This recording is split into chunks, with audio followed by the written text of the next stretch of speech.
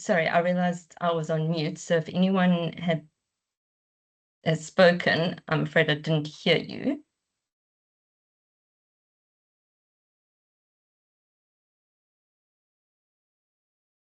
Okay, so you will be getting feedback on assignment 2. I am still working through that. I want to give it my full attention. Don't want to rush through it. I want to be able to really make sure I'm giving you my full attention. So a couple of things I'm noticing. Some of you are picking up what I'm putting down. Some of you still running into the same issues. So a big problem that I'm noticing is I'm still getting a lot of content that, let me choose my words a bit carefully, that has an appearance of being generated. It is not coming across as a real discussion of your understanding of the material. And that is still a big problem. What I want you guys to be very, very careful of is trying to sound too academic. That is not your focus at this point. Obviously, I want you to write formally. I want you to write correctly. No so's, no rhetorical questions. Leave all that stuff out. But general rule of thumb is, by and large, there is an inverse relationship between the complexity and the difficulty in reading an answer and the merit of the answer. Now, that isn't to say academic writing, it means it's bad writing. What I'm saying is you should be able to convey your point clearly, concisely, in specific detail, without it being difficult to read.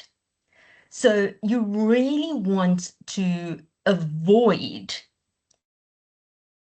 statements like, let's say something like, the use of multifaceted modalities increases and enhances the application of academic comprehension of texts that are delivered to students, the multimodal avenues of information delivery increase the number of access points to learning. Okay, first of all, that was very, very difficult to read. Now I've got to I've really got to stop and go, okay, what are you actually saying? And at the end of the day, what have you said? You've said multimodality helps learners to understand the information. That's what you've said, which is kind of already said in the question. So at this point, I'm like, well, you haven't said anything. You said, yeah, it provides them with multiple access points, but you haven't said what multimodality is. You haven't said how it provides access. You haven't said how it helps them. So what you're looking to say is something along the lines of multimodality means that a text is presented using different modes. You want to talk about semiotic systems. So information is conveyed through semiotic systems. These are the systems that encode symbols that convey meaning. The semiotic systems are linguistics, which refers to things like words, visual, which refers to things like pictures, images, symbols, etc. Oral, or auditory, which refers to sounds. Okay, then you say when you create a multimodal text, you use 2 or more semiotic systems to convey the information. For example, if you were to print out a poem and then play a reading of someone reading the poem while the students read the poem, that is a multimodal text because you are using auditory system along with the written system or the linguistic system. Okay, that's what I'm looking for. Sorry, I know it wasn't that eloquent because I'm talking off the fly here, but I hope you're seeing the difference between something that actually conveys information versus something that just sounds grand. Also, guys, there are several tells that something is AI generated. I'm not going to tell you what they are, obviously, but just be aware that as soon as I see that, I'm like, ugh, you know, now I'm looking at it very closely to say, has this person really shown me their understanding? And it's very seldom that you're going to get a brilliant AI generated answer. It doesn't happen very often. So I really want to see your discussions coming through. I want you to go through this assignment and I want you to you don't even have to write it down, but I want you to read those questions again. I want you to think, if they said tomorrow, okay, we are scrapping this and it's going to be an oral exam, and these are the questions you're going to get. You're not allowed any papers, you're not allowed anything. Would you be able to go in and discuss these answers? Would you be able to talk about them, chat about them? If the answer is yes, make sure that you have used that in your answer, that your answer comes across as something that is really specific, that shows your understanding, and that is really, really applied to the question and to the situation. So what you want to do, another very important thing, is you really want to focus on making sure you've answered every part of the question. So if it says, for example, look at the diversity of the learners, the resources of the school, and provide practical suggestions, you have to look at those three things. You have to tick them off. The other thing that I'm still finding too much of is the sort of over-reliance on sources. So once again, just sort of cobbling together what these sources say, but it's still far too general. It doesn't apply to the situation. It doesn't show an understanding. So when you use a source, you have to explain what you mean. You have to say, how does this apply to this situation? Or how would you apply it in your lesson? If you've been in a classroom before, please, I'm begging you, use that experience. Talk to people who have been in classrooms, chat to teachers, use that real life experience. Those are the answers that are doing really, really well. Okay. So I hope that all makes sense to you. Now,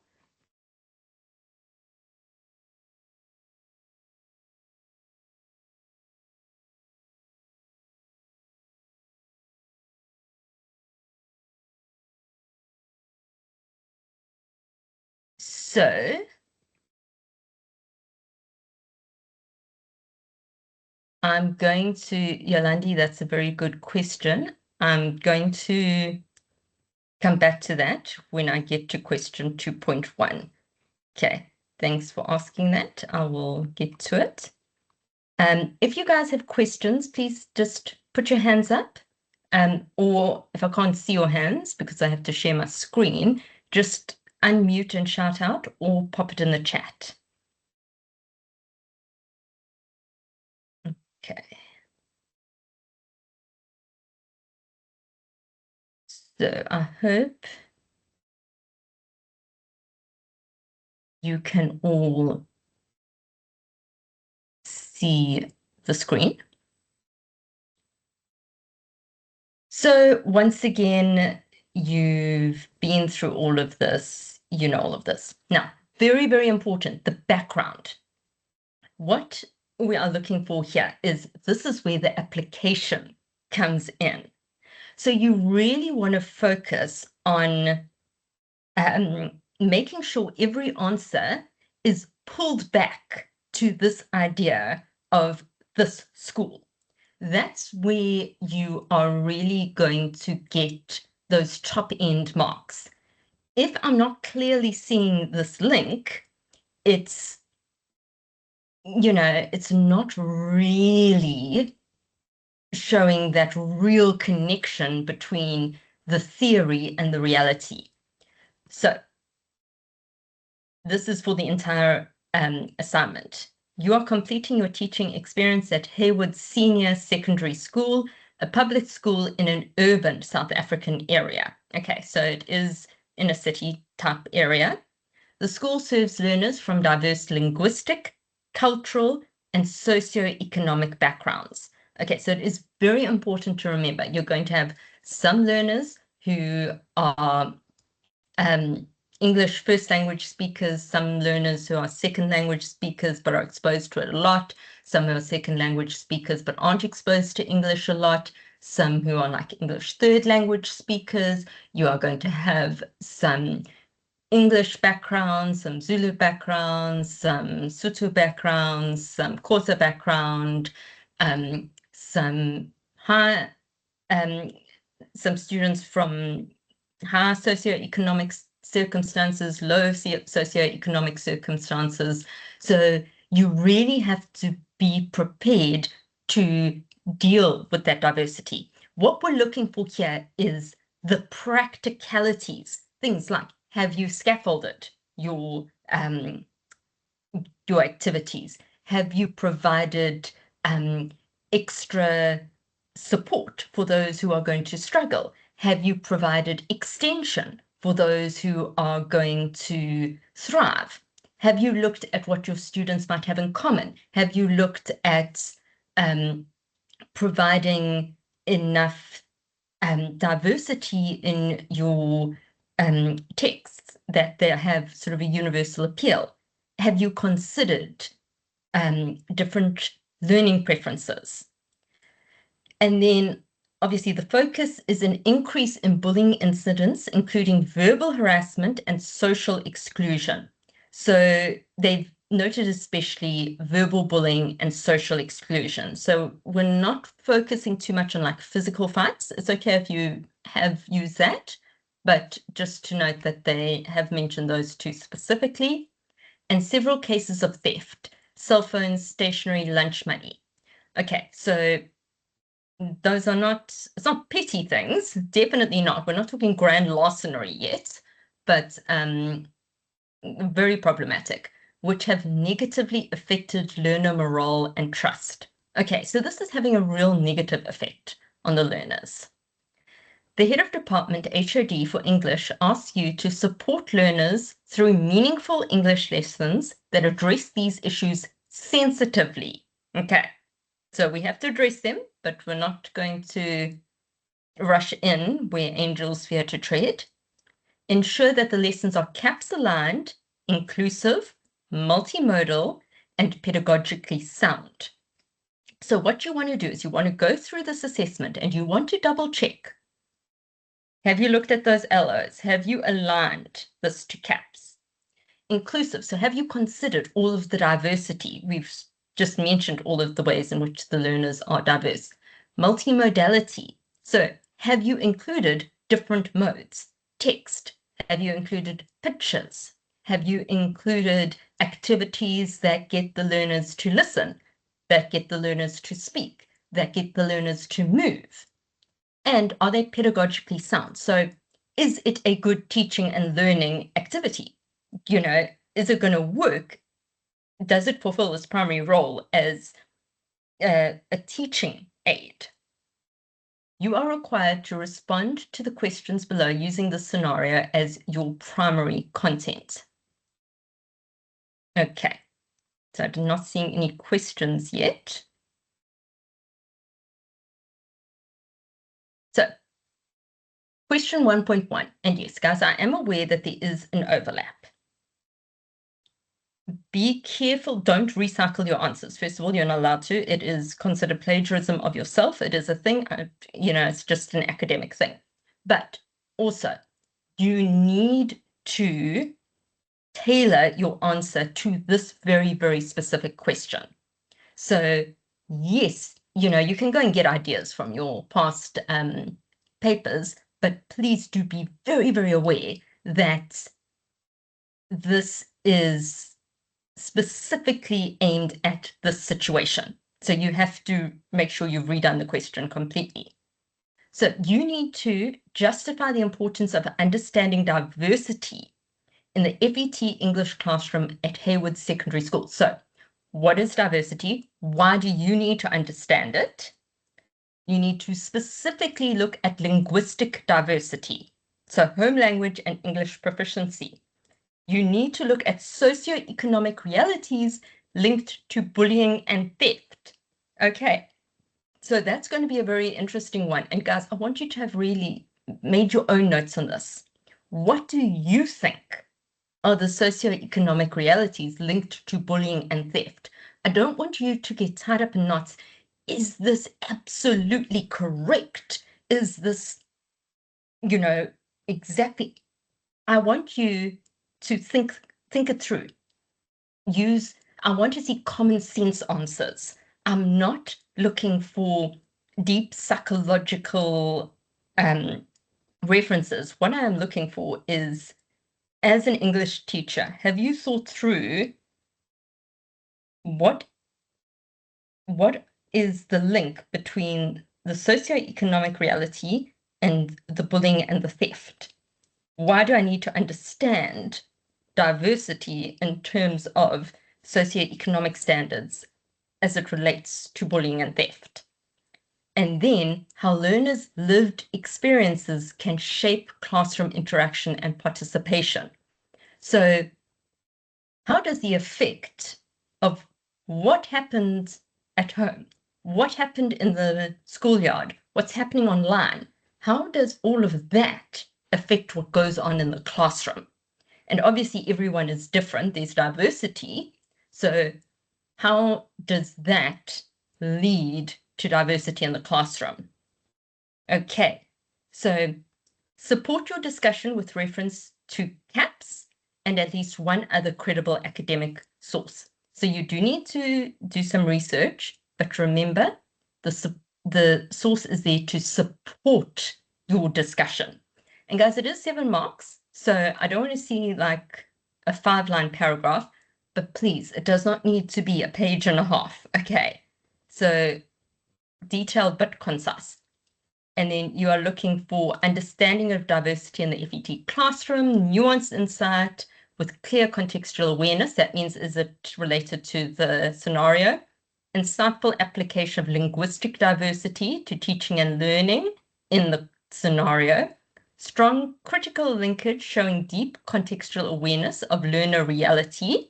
So the link between socioeconomic realities and bullying or theft. And then, are your academic sources well integrated? Okay.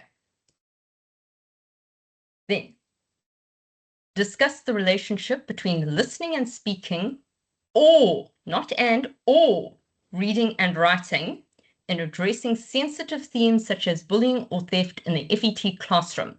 Use concrete classroom examples linked to the scenario to show how these skills can promote empathy, encourage critical thinking, and support respectful communication. So a couple of things. We are looking at those core English skills. So we're looking at 2 of them, listening and speaking or reading and writing. So we're looking at how these skills together can address sensitive themes in the classroom. So you want to use concrete classroom examples. It must be a very, very specific example. So something that would happen in the classroom. So a listening and speaking activity or a reading and writing lesson. You can show how listening and speaking can promote empathy in the classroom. So a concrete example of something in the classroom that you can do using listening and speaking to promote empathy. Encourage critical thinking and support respectful communication. So what this is doing is it's drawing on all of the different areas of theory. So the idea that these are the skills we are teaching in English, but also the fact that because we are in an English classroom, what we do is we can take very real situations that are affecting the learners, and we can use these English skills as a way of developing a deeper understanding of an issue. So remember, when we teach Shakespeare, we're not teaching Shakespeare because people are going to learn Shakespeare and use Shakespeare in their everyday lives. Unfortunately and very sadly, that doesn't happen. I think it should. But we use Shakespeare not just because it's beautiful and it's amazing and it's funny. We use it as a way to teach these skills that learners then use to interrogate real life situations. So by doing that character analysis of Macbeth and Lady Macbeth, we are getting learners to think more deeply about a situation. What is actually happening in the situation? When we see words used in this way, what does it mean? How do we think about the way we react in certain situations? So what we're looking at here is how do we take these English skills and take them from being the sort of abstract, okay, today we are going to learn how to do an oral, or today we are going to learn how to write an essay on poetry, which is a skill you will never use in your real life, and transform it into we are teaching you about writing so that you know how to convey your ideas in a way that shows empathy, that shows respect, that we have taught you how to approach a writing exercise in a way that causes you to think about an issue more deeply. And the issues that you are looking at are sensitive themes like bullying and theft. Okay, I hope that makes sense. Exactly, Shakespeare is amazing. So can we use examples to link the diversity to bullying and theft? Absolutely, yes. So that's exactly what we're looking for. So you must discuss both listening and speaking, or reading and writing. Because what we often do is we often pair up the skills. Ideally, I would love you guys to start moving to pairing different types of skills, so listening and writing, or reading and speaking. But the traditional pairing is listening and speaking. So that goes really well for discussions and roundtables, things like that. And then reading and writing is generally written responses to things. So, but there's a lot you can do with it. So you choose two, the reading and writing together, or listening and speaking together. Okay, then 1.3 Discuss how multimodality and multimedia texts can be used to engage learners with different learning preferences, visual, auditory, kinesthetic, reading, writing, when teaching a lesson on bullying or theft. Your answer must include at least 3 concrete strategies that could realistically be implemented at Hayward Senior Secondary School. So multimodality, once again, I am looking for some explanation of multimodality. So if we look at this, understanding of multimodality. So there's a clear understanding of multimodality in teaching and an advanced understanding with pedagogical justification. So you are showing how multimodality actively improves teaching and learning. It has to be specific. Okay. So you have to show an understanding. How can it be used to engage learners with different learning preferences? So you really want to be very specific about the learning preferences. Okay. So you want to use concrete examples of how this is going to engage visual learners, for example. So if we go back down, sorry, strategies for different learning preferences, at least 3 appropriate, realistic strategies. Strategies are creative, well justified, and highly context appropriate. Okay, so that clearly shows you the difference between a 7 and a 9, for example. So they need to be very, very concrete. And you are focusing on a lesson on bullying or theft. So you want to discuss what multimodality is. You want to discuss what a multimedia text is. But you really, really want to focus on providing at least 3 very, very specific strategies. So 3 things that you describe doing in your classroom. So using multimodality to engage visual and auditory learners when you are teaching a lesson on bullying. Now, this requires you to think ahead because you have to think, what am I teaching them about bullying? What skills are we using? So am I teaching them a comprehension on bullying? Are they doing an oral on theft? Okay, obviously yours is going to be much more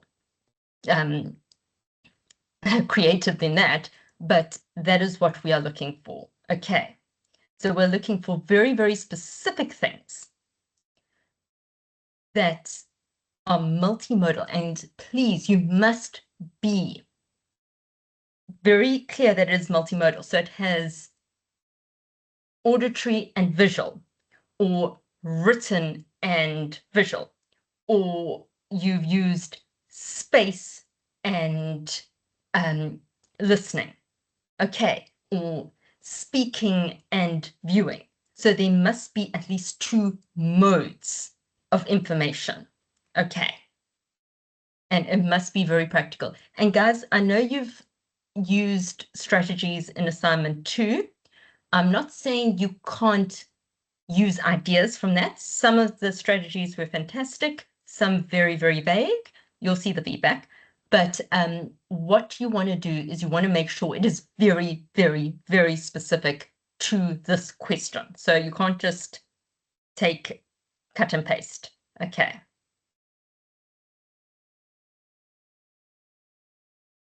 Right. Now, teaching approaches multimodality and lesson design. Select a multimedia text suitable for grade 11 reading and viewing lesson that deals with bullying or theft. So if we go down here, where are we? There we go. So text is suitable. Text is highly appropriate and pedagogically rich. So it needs to be for grade 11, needs to be reading and viewing. So those are the 2 skills. Reading is when you read a text. Viewing is when you look at something. So already that should indicate to you what two modes would be highly appropriate here. Okay, so it has to be, it's a multimedia text, so it has to have at least two modes. So it's a reading and viewing lesson.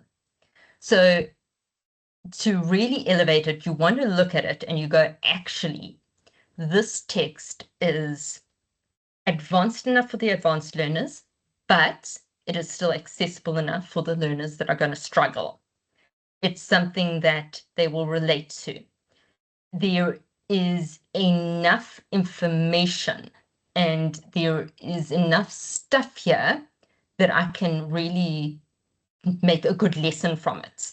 So a good example, for example, is when you have poems. Some poems are just too complicated. Some are too simple. They don't have enough imagery in them. They don't have enough metaphorical language. They don't have a very strong rhythm. They don't have enough there. So you want something that has enough stuff. Clear and relevant connection to bullying or theft. So strong thematic relevance with ethical and social depth. So here, what you want to do is you want to make sure that you don't go too far and make it too dense or too difficult. It has to be relevant to them. The teenagers, they're going through this. Some of them are bullies. Some of them have been bullied. Some of them have taken stuff. Some of them have had stuff taken from them. So you're looking for a text that deals with that and is sensitive, but is something that a teenager can connect with. And then provides a clear, logical justification. So justification is well-reasoned, contextually grounded in terms of length, language level, and interest. So you really want to justify why the length is correct. So look at the CAPS document, look at your text, and, you know, think about it like you need to feel passionately about this text. Okay, maybe passionately is a bit of too strong a word, but you need to look at this text and go, actually, yeah, this is fantastic.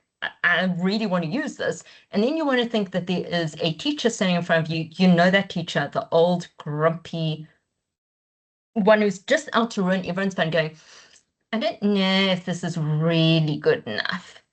Now you have to say, well, it is. If you look at CAPS, it needs to be this length, it's this length, it's going to keep their attention, it's got this narrative, it's the language level, let's look at that word, this sentence is appropriate because X, Y, Z, and if you look at the interest, this is why it's going to keep them interested. Okay, so this is something that you do. This is not something you're going to look up.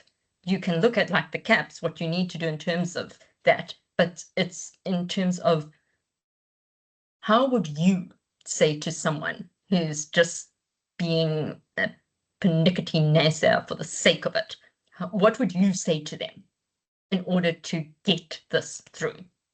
And then strong explicit CAPS alignment. So you have to explicitly say, how and where does this align with CAPS? So that's what you're looking for here. Now, so in terms of the multimedia text,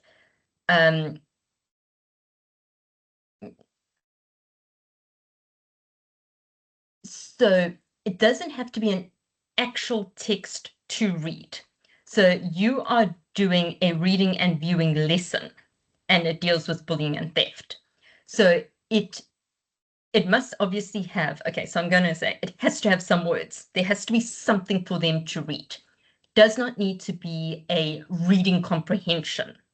So a poster, as long as it has reading there.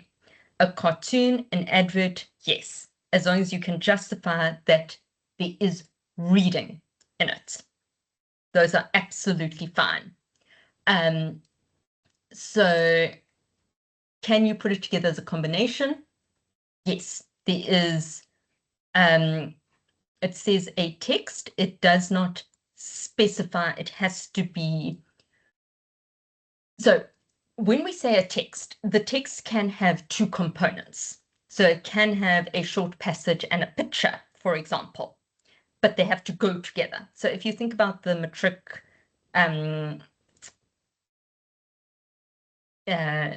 the government matric papers, the reading comprehension has a comprehension passage and a cartoon or a picture, and they go together, and it's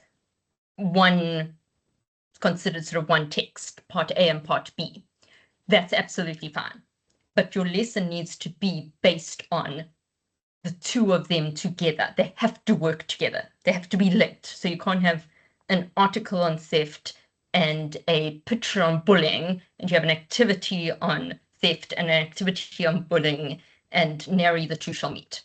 So you can have two, but they have to go together.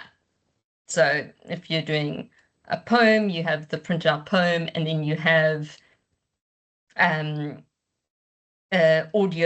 soundscape that goes with the poem that you can say, this is the link. I hope that is clear. Short answer, you can put together combination.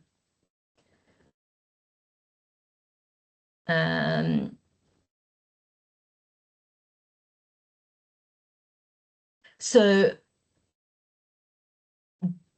the strategies to use for each learning preference.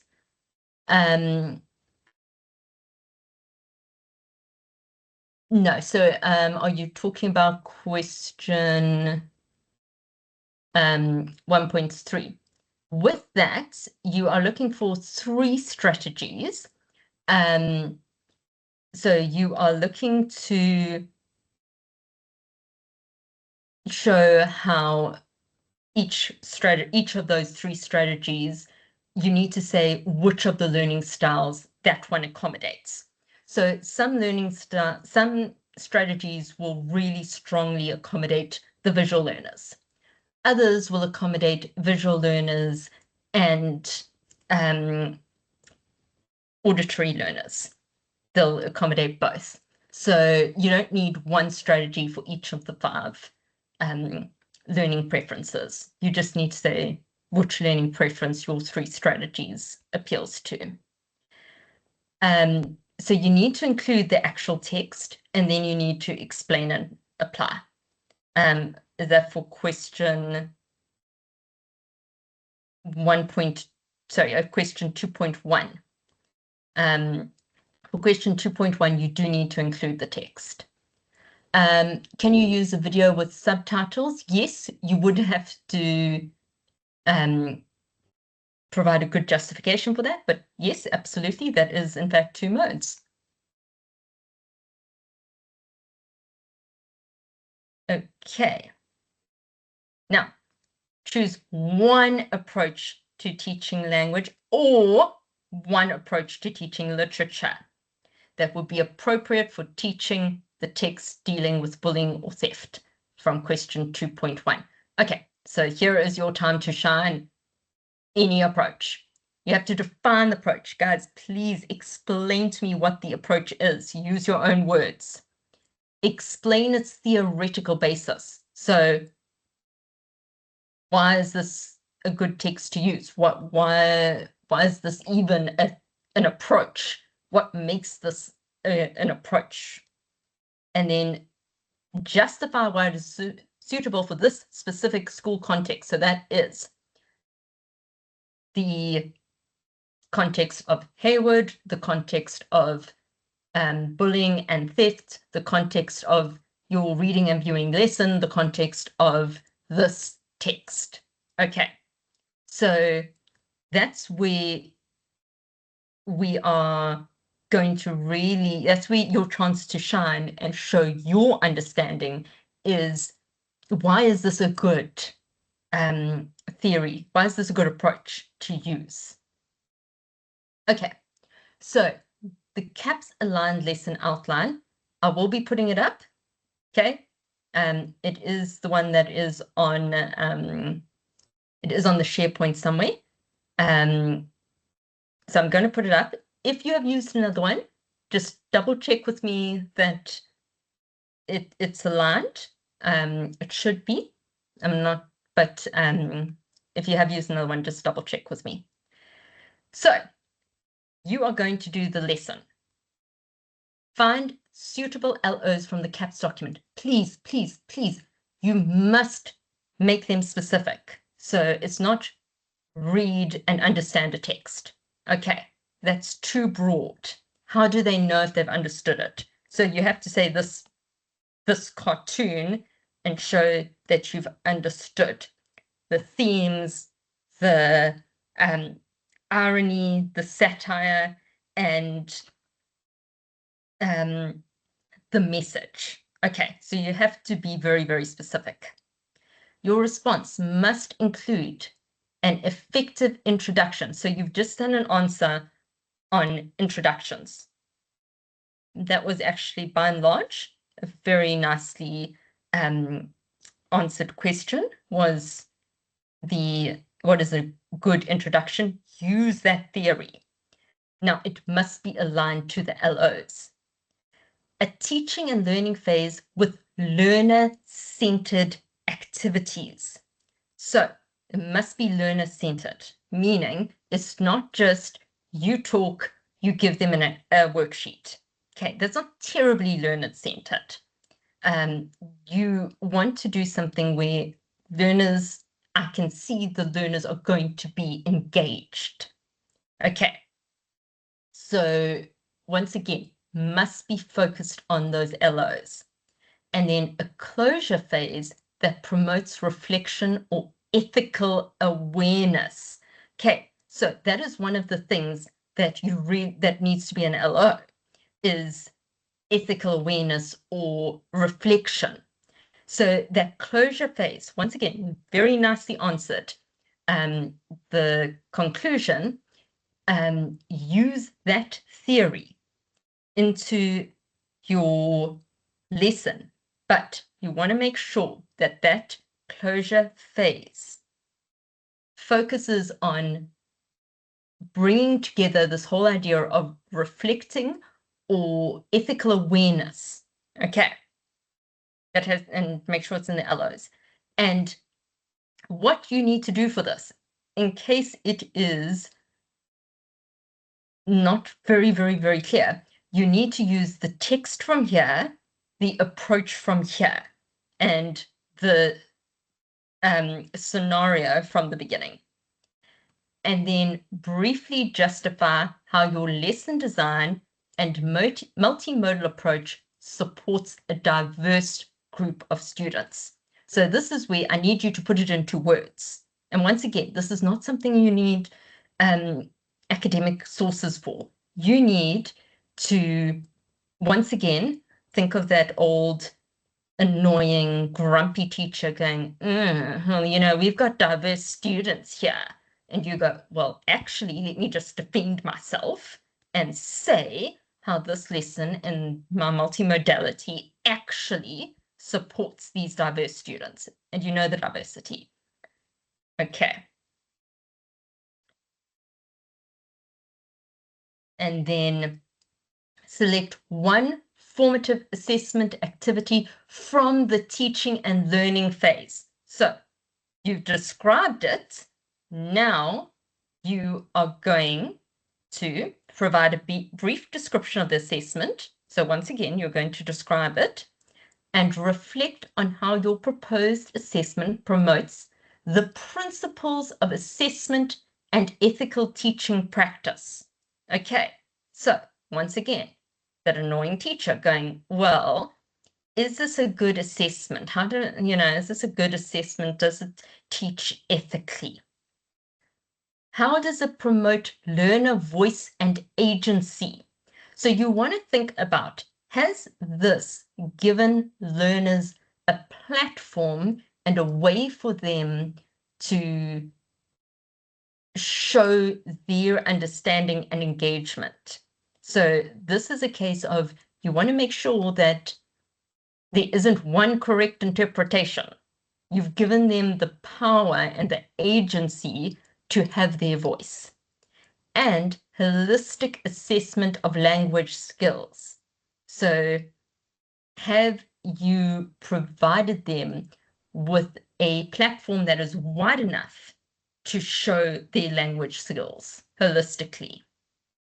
So here is where you are justifying this assessment by showing this fulfills the requirements of an assessment. So you have to know what an assessment should do and be able to show how your assessment has fulfilled those.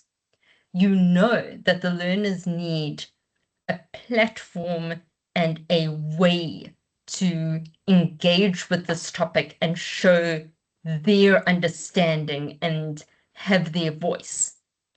How does this assessment give them a chance to show their voice and understanding? Okay, so, you know, what essentially we're looking for is this isn't a reading comprehension where there's one answer and that's it. That doesn't give them a voice and agency. You know, if you think back to the cartoon and assessment 2, they had to give their own ideas. That's giving them voice and agency. And then holistic, remember, holistic assessment is when we look at we look at more than just one focus. We have a broad focus of language skills. Does this give them the opportunity to show their language ability? So it's not just one grammar question and that's it, you know. Get it right, you do well in your language skills. Get it wrong, you're doing badly in language skills. That's not a holistic assessment. Does it provide them a broad opportunity to get feedback on their language skills? Okay. So, do we need to use the lesson plan template? Yes. Well, it's a good idea too, because it breaks it down nicely. If you look at the marking criteria,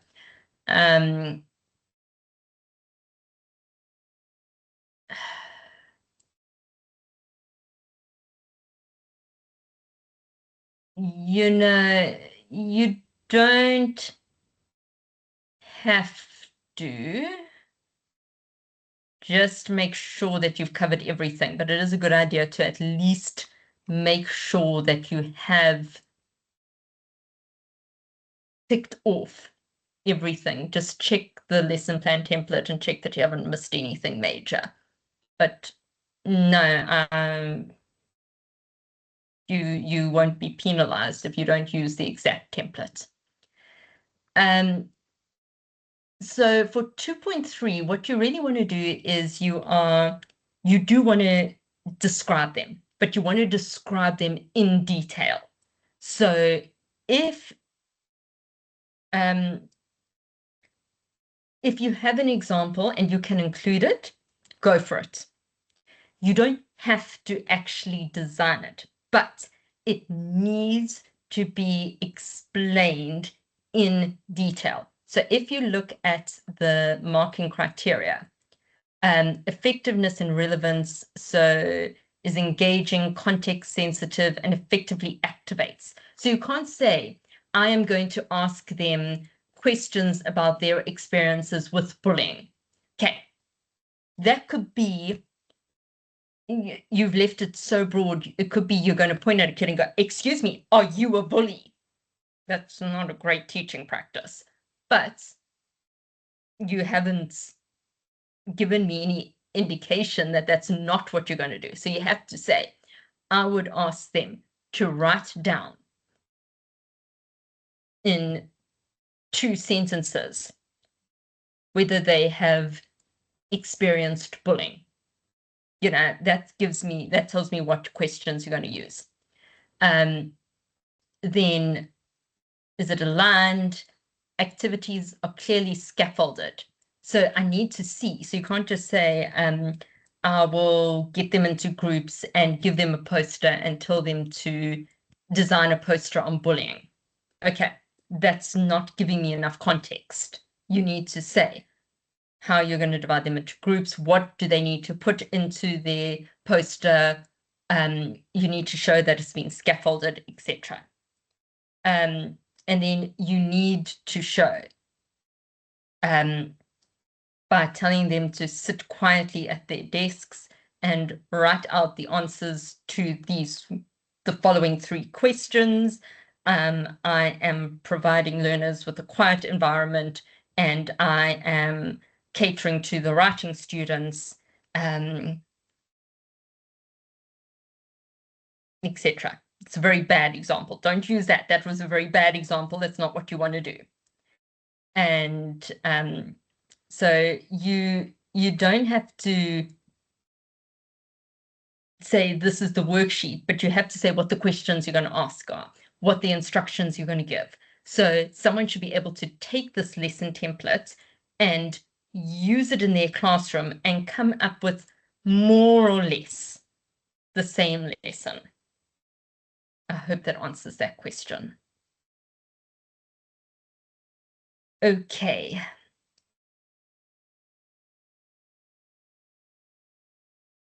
So I hope that I've answered your questions.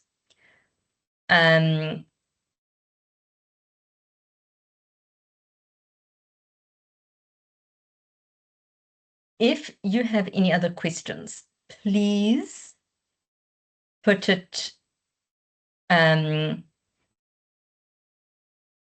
the chat or just raise your hand. Yes, I will upload the content. What I want to do now is, yes, Tabela, you've got a question. Yes, sorry, ma'am. I'm just a bit confused about question 2.3. 2.3, yes. Yes, ma'am, because it says a description. So if I give an example of the activities I'm going to give to the learners and still explain it, will I Yes. be penalized for that? No, Like I'm just not going at to all. give like a small activity as an example and then still explain how they should do it.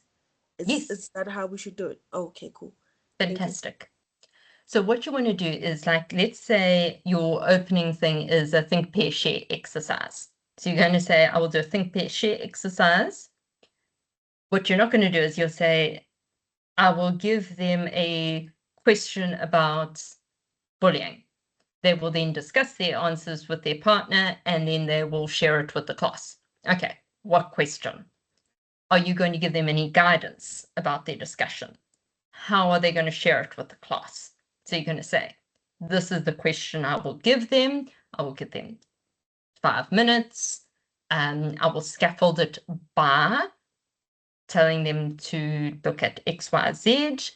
To promote multimodality, we'll ask one partner from each group to come and write 3 words from their discussion on the board in different colors. Okay. Now, what I would like to do, but I don't seem to have the ability to do it, is I would like you guys, but I don't. Has anyone got the ability to share the whiteboard?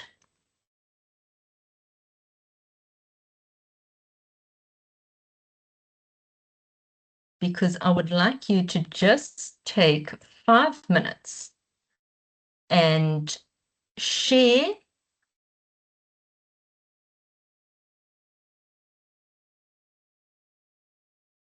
in your experience, a fantastic idea for either a doesn't you, you guys still got me? Am I still here?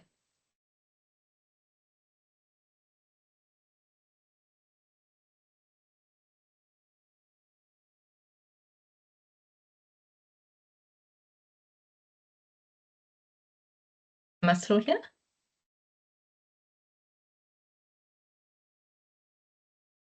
Hmm.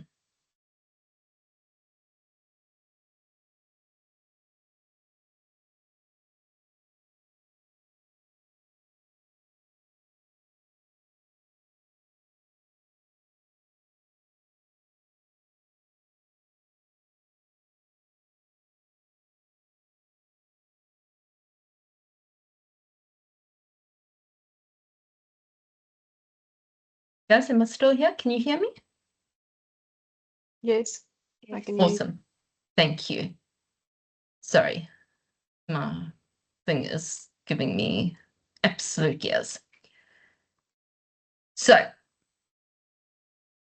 I can't seem to find the whiteboard. I don't think I have access to it at the moment, but can I ask you to please, in the chat, just jot down something that you found is either worked really well or you think is a very good idea or something to add to either the introduction, teaching and learning, or the conclusion phase. Okay, so one thing, one idea, one tip, one trick, one thing that you think has worked really well.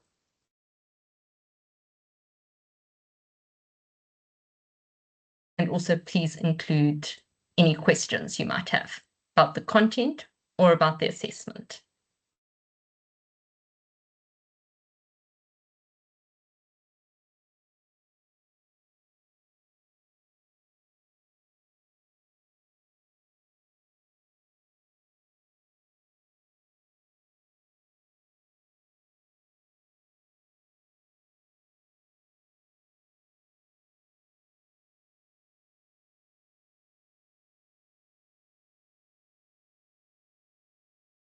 For example.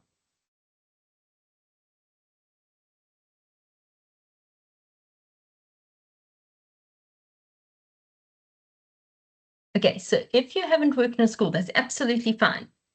Anything that you have done in any of your assignments, anything you've come across, anything that you were particularly proud of. To give you another example is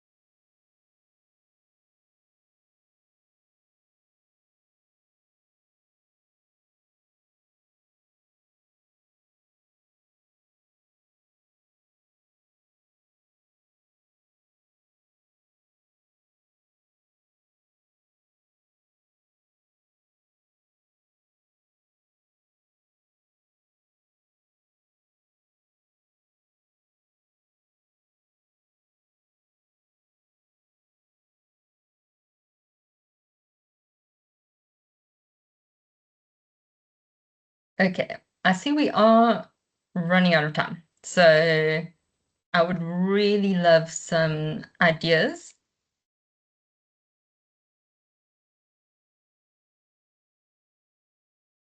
Nice, very nice.